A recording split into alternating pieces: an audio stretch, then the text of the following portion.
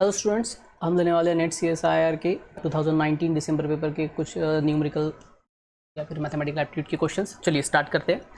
तो earlier video part A में हम कुछ क्वेश्चंस कवर कर चुके हैं। अगर आपने वो नहीं देखा है तो डिस्क्रिप्शन में लिंक प्रोवाइड किया गया है, वो आप क्लिक करके देख सकते हैं। चलिए तो हम स्टार्ट करते हैं। क्वेश्चन आपके सामने है, how many non square rectangles are there in the following figure consisting of 7 squares.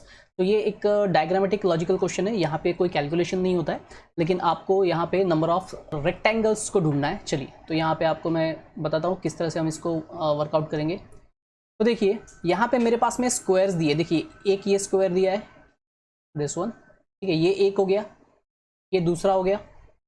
तो इस तरह से अलग अलग स्क्वायर्स मुझे यहाँ पे दिए। तो मुझे स्क्वायर नहीं ढूंढना है, मुझे ढूंढना है कि मेरे पास टोटल रेक्टेंगल कितने होंगे। ओके चलिए तो देखिए, अगर मैं दो दो स्क्वायर का ज्वाइन कर लेता हूं, मतलब ये दो स्क्वायर को मैंने ज्वाइन कर लिया, ओके, तो एक रेक्टेंगल बन गया। उसी तरह से और इन दो स्क्वायर्स को अगर मैं ज्वाइन कर लेता हूं,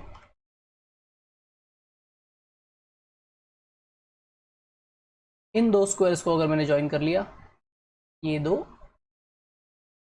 तो फिर से एक रेक्टेंगल बन गया। उसी तरह से अब इन दोनों को ज्वाइन कर लूंगा तो फिर से एक रेक्टेंगल बन जाएगा। मतलब मैं दो दो को ज्वाइन करता हूं, ठीक है, तो मेरे रेक्टेंगल बनते जा रहे हैं। तो दो स्क्वायर से कितने रेक्टेंगल बनेंगे, ठीक है, दो स्क्वायर से कितने रेक्टेंगल बनेंगे। चलिए तो मैं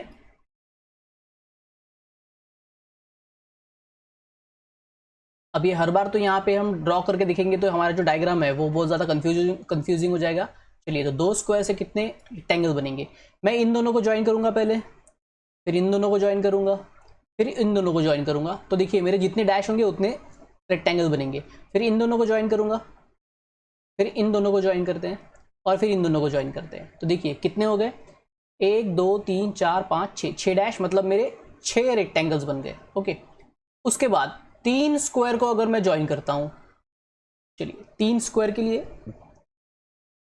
अब तीन स्क्वायर मतलब कैसे, तो जरा देखिए कुछ इस तरीके से, ये तीन स्क्वायर को अगर हम ज्वाइन कर लेते हैं तो फिर से एक रेक्टेंगल बन जाएगा। ओके, तो अब तीन स्क्वायर, तो ये तीन स्क्वायर हो गए। उसके अलावा तीन स्क्वायर कहां पर है, ये तीन स्क्वायर है, ठीक है, उसके अलावा तीन स्क्वायर कहां पर है, तो ये तीन स्क्वायर हो गए, ठीक है। तो देख लीजिए तीन स्क्वायर को अगर मैं ज्वाइन कर रहा हूं तो मेरे तीन ही रेक्टेंगल बने हैं, ठीक है, तीन स्क्वायर को ज्वाइन करने के बाद।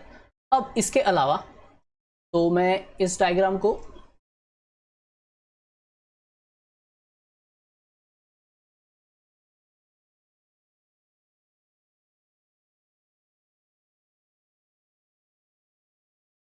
फिर से ले लेता हूं यहां।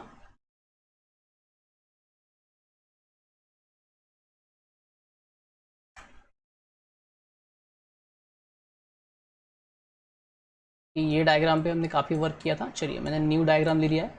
अब देखिए तो यहाँ पे मेरे कितने स्क्वायर रेक्टेंगल बन चुके हैं, यहाँ पे मेरे 6, दो स्क्वायर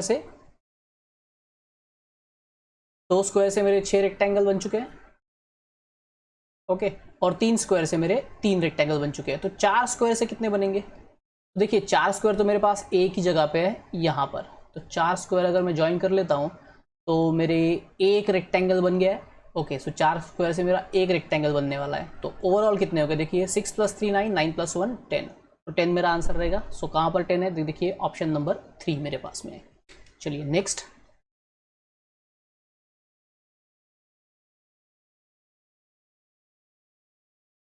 क्वेश्चन कैलकुलेटिव बेस है।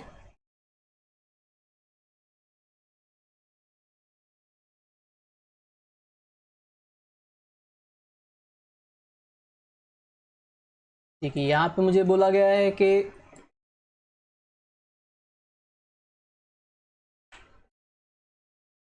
ये ऑप्शन है मेरे पास। तो देखिए क्वेश्चन है, mean of set of 10 number, कोई 10 नंबर है और उनका जब मैंने मीन निकाला तो वो मुझे एम मिला है। सबसे पहले मीन का मतलब क्या होता है, देखिए अगर मेरे पास कोई 10 नंबर है, 1 2 3 4 5, चलिए 5 ही लेते हैं क्योंकि फॉर्मूला बड़ा हो जाएगा। तो 5 नंबर मेरे पास है, तो इनका मीन निकलना है, मतलब क्या करना है, तो 1 + 2 + 3 + 4 + 5 इन नंबर का addition divided by counting of number. Total number कितने हैं, 1 2 3 4 5, तो नंबर भी मेरे पास 5 है, सो डिवाइडेड बाय 5, तो इसको हम बोलेंगे मीन। ठीक है, इसको हम एवरेज भी बोलते हैं। तो ये मीन हो गया।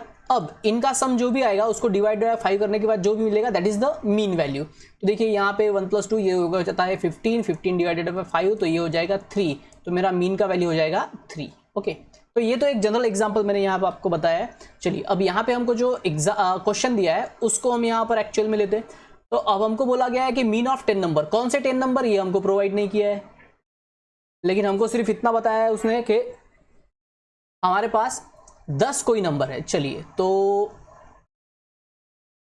अज्यूम कर लेते हैं कि वो नंबर्स होंगे A1 + A2 + A3 + A4, तो ऐसे 10 नंबर्स। ठीक है, तो अब 10 नंबर है तो ऑब्वियसली मुझे 10 से डिवाइड करना पड़ेगा और उसका मीन मुझे मिल रहा है m।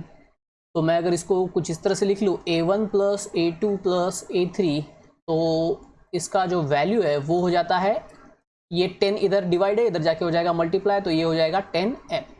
तो ये हो गया एक कॉन्सेप्ट।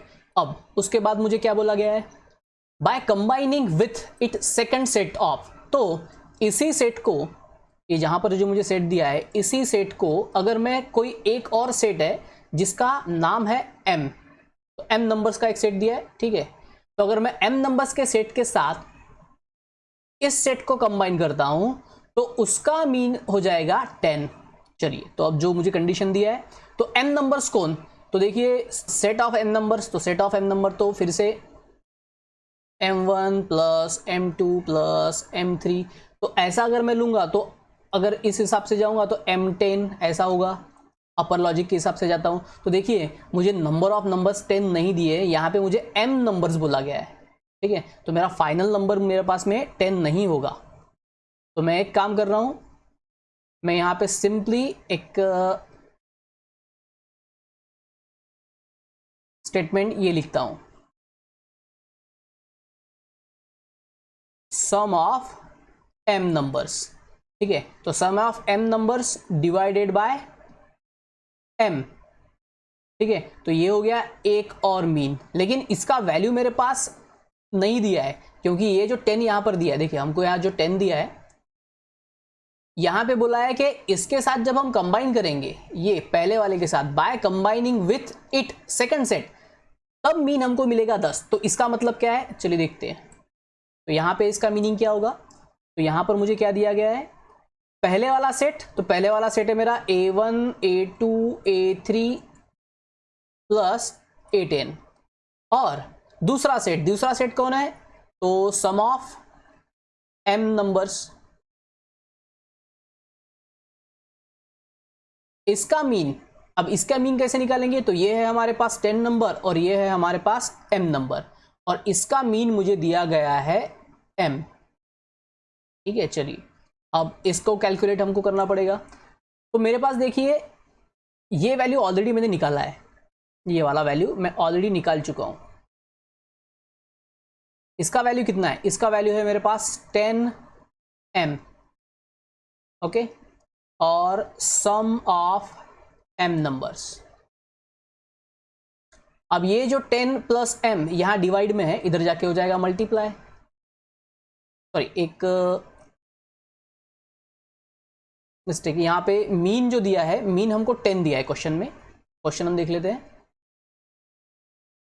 ठीक है, मीन इज 10 नॉट m, तो यहां पे मीन मेरा 10 है और हमको ढूंढना है what is the sum of second set of m numbers. तो हमको ढूंढना क्या है, देखिए तो हमको ढूंढना है ये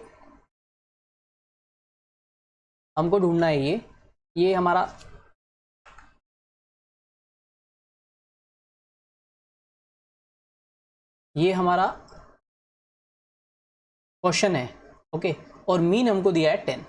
चलिए, so 10m plus sum of m number, ये मैंने एज इट इज लिख लिया, इज इक्वल्स टू 10, ये जो वैल्यू है इधर डिवाइड है, इधर जाके हो जाएगा multiply, so 10 + m So then therefore 100m plus sum of m numbers is equal to 10 into 10 100 plus 10 into M 10m। अब देखिए ये 10m यहाँ प्लस है, इधर आके माइनस हो जाएगा, मतलब 10m गेट कैंसल, तो sum of numbers is equal to 100। तो मेरा आंसर आ गया 100। तो ऑप्शन में देख लेते हैं,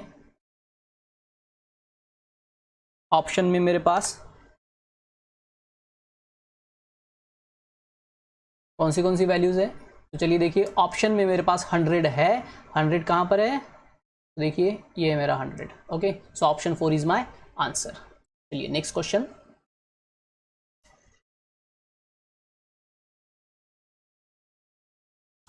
तो ये एक इजी क्वेश्चन है यहाँ पर, और जो बहुत जल्दी सॉल्व हो जाएगा। ऑप्शंस है,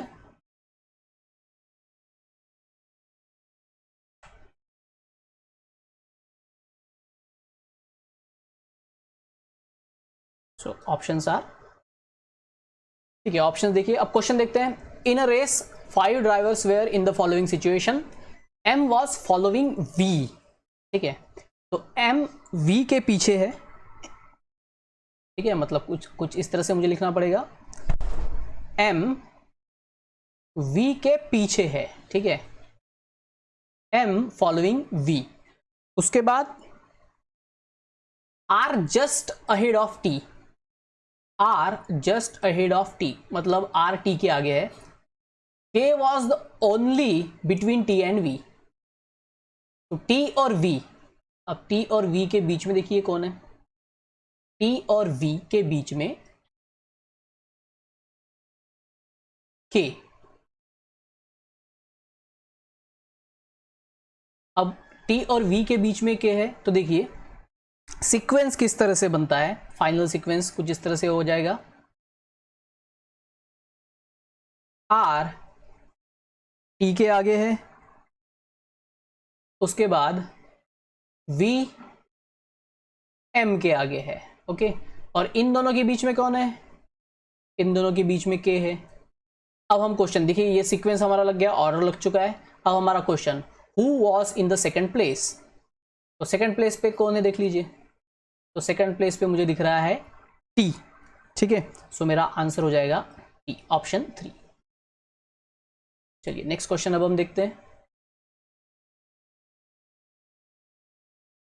ओके, ये भी एक सिंपल सा कॉन्सेप्ट क्वेश्चन है, लेकिन इसके लिए आपको कॉन्सेप्ट बहुत प्रॉपरली पता होना चाहिए। अगर आपका कॉन्सेप्ट क्लियर है तो क्वेश्चन आप बहुत इजीली सॉल्व कर सकते हैं, और अगर नहीं तो आपको क्वेश्चन, बहुत स्टूडेंट ने क्वेश्चन को स्किप किया है, उसका रीज़न सिर्फ इतना है कि मे बी कॉन्सेप्चुअल जो होना चाहिए वो नहीं था। चलिए देखते हैं यहाँ पे। अब मुझे यहाँ पे बोला गया है कि which of the following 7 digit numbers cannot be perfect square. तो परफेक्ट स्क्वायर के लिए देखिए हमें यूनिट प्लेस चेक करना है। देखिए यहाँ पर मैं सी ऑप्शन में देख रहा हूँ, तो मेरा यूनिट प्लेस क्या दिख रहा है मुझे, 0, और इसके पहले है 1, मतलब मेरे लास्ट 2 डिजिट बन रहे हैं 10।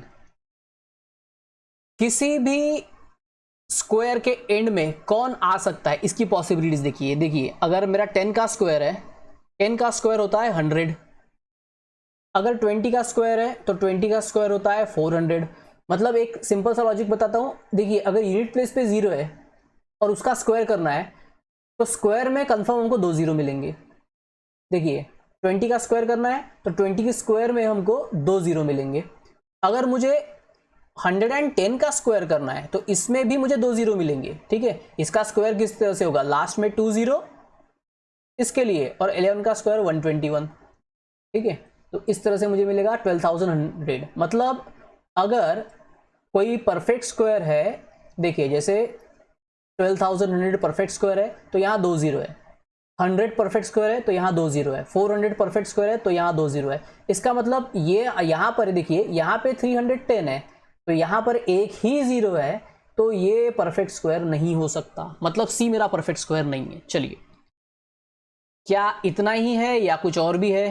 देखिए सी, अगर मैं सिर्फ सी ऑप्शन के लिए जाऊंगा तो मेरा आंसर हो जाएगा 3rd ऑप्शन, ठीक है। लेकिन मुझे बाकी के लिए भी चेक करना पड़ेगा। चलिए तो बाकी के लिए चेक करता हूं। तो दूसरा नंबर है मेरे पास 175। अब देखिए यूनिट प्लेस 5 कब होता है, तो यूनिट प्लेस 5 पे जाता है जब स्क्वायर 5 का हो, ठीक है। देखिए 25 का स्क्वायर 625, 5 का स्क्वायर 25, 15 का स्क्वायर 225। मतलब देखिए जब भी किसी 5 वाले डिजिट का स्क्वायर है तो यहां पर हमको मिल रहा है 25। लास्ट दो नंबर हमारे 25 ही होंगे, ठीक है। कोई भी 5 यूनिट प्लेस वाला 5 डिजिट यूनिट प्लेस पे देखिए, अगर मैं नंबर ले रहा हूं 65, ठीक है, या फिर 115, तो यूनिट प्लेस 5 है, ओके। तो यूनिट प्लेस अगर 5 है तो इसका स्क्वायर जब मैं करूंगा, ठीक है, तो इसका स्क्वायर मुझे मिलता है कुछ इस तरह से, ओके, ठीक है, कुछ इस तरह से। मतलब मेरा ये जो नंबर है डिजिट, ये मेरा कंफर्म 25 आएगा। कैसे आएगा, चलिए ये स्क्वायर कैसे निकाले, इसका एक ट्रिक मैं आपको बता देता हूं कि आप ये कैसे ढूंढ सकते हैं। देखिए मैंने नंबर लिया है, तो जो स्क्वायर आपको जनरली पता होता है मैं वो नंबर ले रहा हूं। 25 का स्क्वायर हम लोगों को पता होता है जनरली, तो 25 का स्क्वायर हमको पता है 625।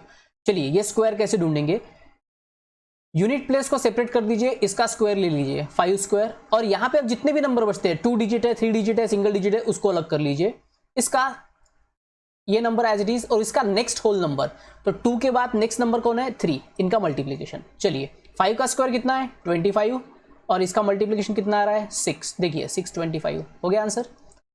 या फिर एक और एग्जांपल ले लेते हैं,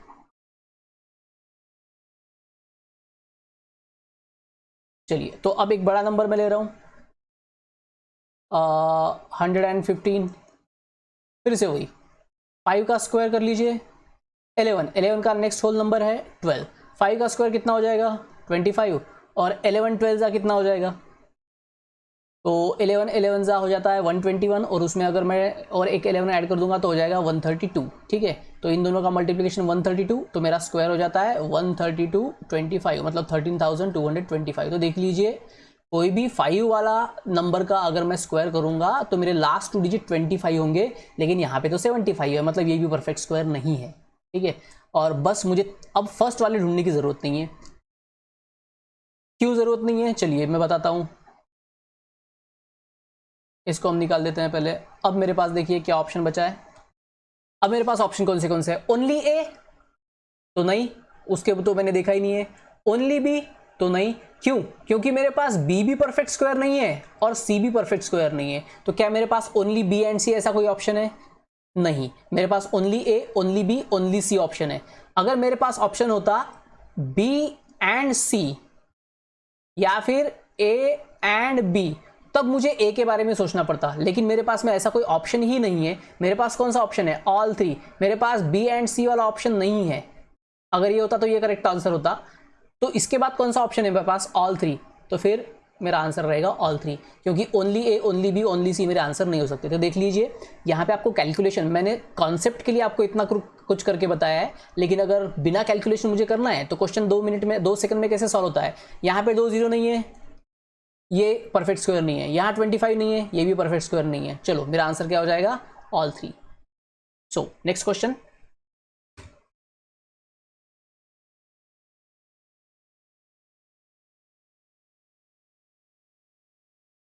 ये कैलकुलेटिव बेस्ड क्वेश्चन है।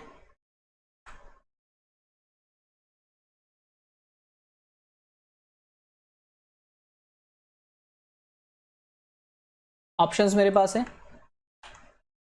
देखिए अब क्वेश्चन क्या दिया गया है मुझे, cyclist cover a certain distance at a constant speed if jogger cover half the distance in a double time as the same as the cyclist, the ratio of the speed of joggers to that of cyclist। चलिए तो पहले तो हम concept discuss कर लेते हैं।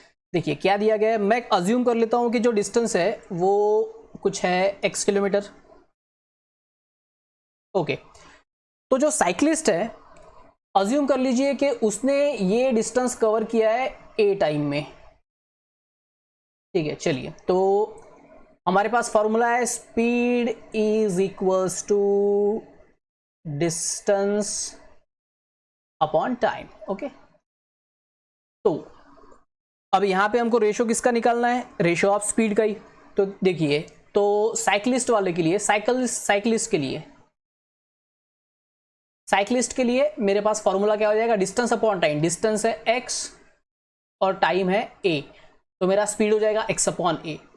अब दूसरा जो पर्सन है वो जॉगर है, अब उसने क्या किया है, उसने आधा ही डिस्टेंस कवर किया है, तो आधा डिस्टेंस हो जाएगा x/2 और टाइम डबल दिया है, तो इसने a टाइम लिया है साइक्लिस्ट ने, तो इसने डबल टाइम मतलब 2a। तो अब भाई जॉगर का स्पीड क्या हो जाएगा, सॉरी जी जॉगर का स्पीड फॉर्मूला हो रहेगा डिस्टेंस कितना है x/2 और टाइम कितना है 2a। तो अगर इसमें कैलकुलेट करता हूं तो ये 2 डिनोमिनेटर में, तो ये डिनोमिनेटर में चला जाएगा, मतलब हो जाएगा x/4a।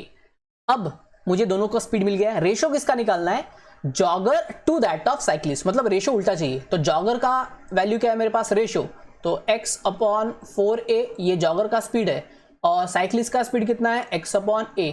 चलिए अब अगर मैं कैलकुलेट करता हूं तो वैल्यू किस तरह से कैलकुलेट होगा, देखिए x/4a, ये जो डिनोमिनेटर है ये उल्टा हो जाएगा, मल्टीप्लिकेशन के लिए a/x, a cancel, x cancel, मेरा वैल्यू हो जाएगा 1/4, मतलब मेरा रेशो हो जाएगा 1:4।